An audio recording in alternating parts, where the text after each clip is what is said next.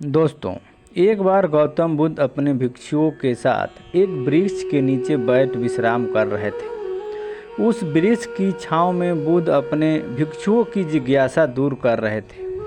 बुद्ध के सभी भिक्षु एक एक करके उनसे प्रश्न पूछ रहे थे और गौतम बुद्ध उनके प्रश्नों के उत्तर दे रहे थे। बुद्ध के उन भिक्षुओं में कुछ भिक्षु ऐसे भी थे जो कुछ समय पहले ही संघ में जुड़े हुए थे, जिसके कारण अभी उनके भीतर वह समझ पैदा नहीं हुई थी जो गौतम बुद्ध के प्रवचनों को समझ सके। गर्मियों का समय था, सूरज अपने चरम पर था और चारों तरफ धूप ही धूप थी, लेकिन उस वृक्ष के कारण बुद्ध और उनके सभी भिक्षु आराम से छांव में बैठे हुए थे।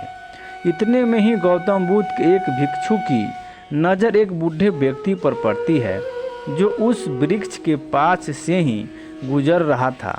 वह भिक्षु उस बूढ़े व्यक्ति को देखकर अचानक से ही हंसने लगता है। उस बूढ़े व्यक्ति की उम्र बहुत ज़्यादा हो गई थी, जिसके कारण उसकी कमर मुड़ गई थी। उस व्यक्ति के हाथ में एक डंडा था, जिसका सहारा लेकर वो बूढ़ा व्यक्ति अपनी मंजिल तक पहुंचने का प्रयास कर रहा था। उस बूढ़े व्यक्ति का शरीर केवल हड्डियों का ढांचा मात्र था। अपने भिक्षु को हंसते हुए देख बुद्ध उससे कहते हैं कि मेरे प्रिय भिक्षुओं, कृपया कर हंसो मत, क्योंकि जिस व्यक्ति को देखकर तुम अभी हंस रहे हो वो कोई साधारण व्यक्ति नहीं है, बल्कि वह व्यक्ति इसी क्षण तुम्हारे जीवन को रूपांतरित करने की क्षमता रखता है। जो आज तक मैं तुम्हें सिखा नहीं पाया, वह यह बूढ़ा व्यक्ति तुम्हें सिखा रहा है। इसके द्वारा दी गई सीख को बेकार न करो। बुद्ध की ये बात सुनकर वह भिक्षु बुद्ध से कहता है कि मुझे क्षमा करें बुद्ध, पर मुझे ये समझ नहीं आ रहा है कि जो एक बूढ़ा व्यक्ति जो खुद अपने शरीर और अपनी बीमारियों से लाचार है, वो मुझे क्या सिखा सकता है। फिर बुद्ध उस भिक्षु से कहते हैं कि ये बूढ़ा व्यक्ति तुम्हें तुम्हारा भविष्य दिखा रहा है। जिस बुढ़ापे को और लाचारी को देखकर तुम अभी हंस रहे हो, वो बुढ़ापा और लाचारी तुम्हारे जीवन में भी आने वाली है। वह बूढ़ा व्यक्ति तुमसे कह रहा है कि अभी समय है, इस स्वस्थ शरीर को अच्छे कर्म करने के लिए उपयोग करो।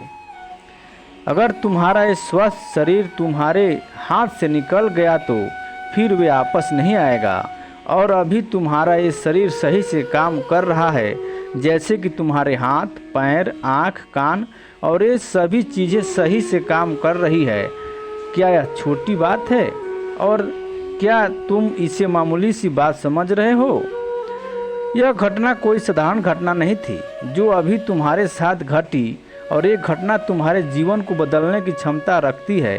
ठीक इसी तरह की घटना ने मेरी जीवन बदला था, और इस तरह की घटना के कारण ही मैं आज बुद्ध हूँ।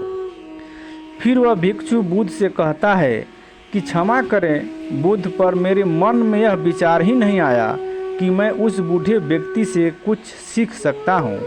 उसे देखकर केवल मुझे हंसी आ गई। ऐसा इसलिए हुआ क्योंकि तुम्हें अपने भीतर कहीं ना कहीं लगता है कि जिस स्थिति में आज वो बूढ़ा व्यक्ति है, उस स्थिति में तुम कभी नहीं जाओगे। जिस बुढ़ापे का और लाचारी का सामना आज वो बूढ़ा व्यक्ति कर रहा है, तुम्हें लगता है कि उसका सामना तुम कभी नहीं करोगे, इसीलिए तुम उस बूढ़े व्यक्ति को देखकर हंस पाए। तुमने सच्चाई को अंदर नज़रअंदाज कर दिया। अगर तुम सच्चाई को देख लेते तो चाहकर भी अपने आँखों के आंसुओं को नहीं रोक पाते, परंतु तुमने सत्य को अनदेखा कर दिया और तुम बहुत बड़ी संभावना से चूक गए।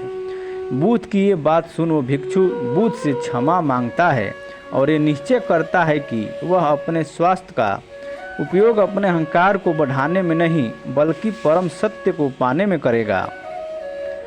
दोस्तों, जो लोग इस वीडियो को देख रहे हैं, हो सकता है कि आप बड़ी समस्याओं में हो, या हो सकता है कि आप परेशानियों में हो, लेकिन फिर भी एक बात को हमेशा ध्यान में रखना है कि जब तक आपका स्वास्थ्य ठीक है तब तक आप किसी भी बड़ी से बड़ी समस्या से बाहर आ सकते हैं।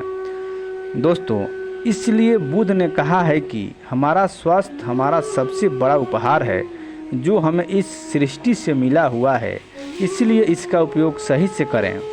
दोस्तों, आपको यह गौतम बुद्ध की शिक्षाप्रद कहानी कैसी लगी, कृपया हमें नीचे कमेंट बॉक्स में कमेंट करके ज़रूर बताएं। और आपको यह कहानी पसंद आई होगी तो अपने दोस्तों के साथ इसे अवश्य शेयर कीजिए और चैनल को सब्सक्राइब कीजिए। फिर मिलते हैं अगली वीडियो में, तब तक के लिए जय हिंद।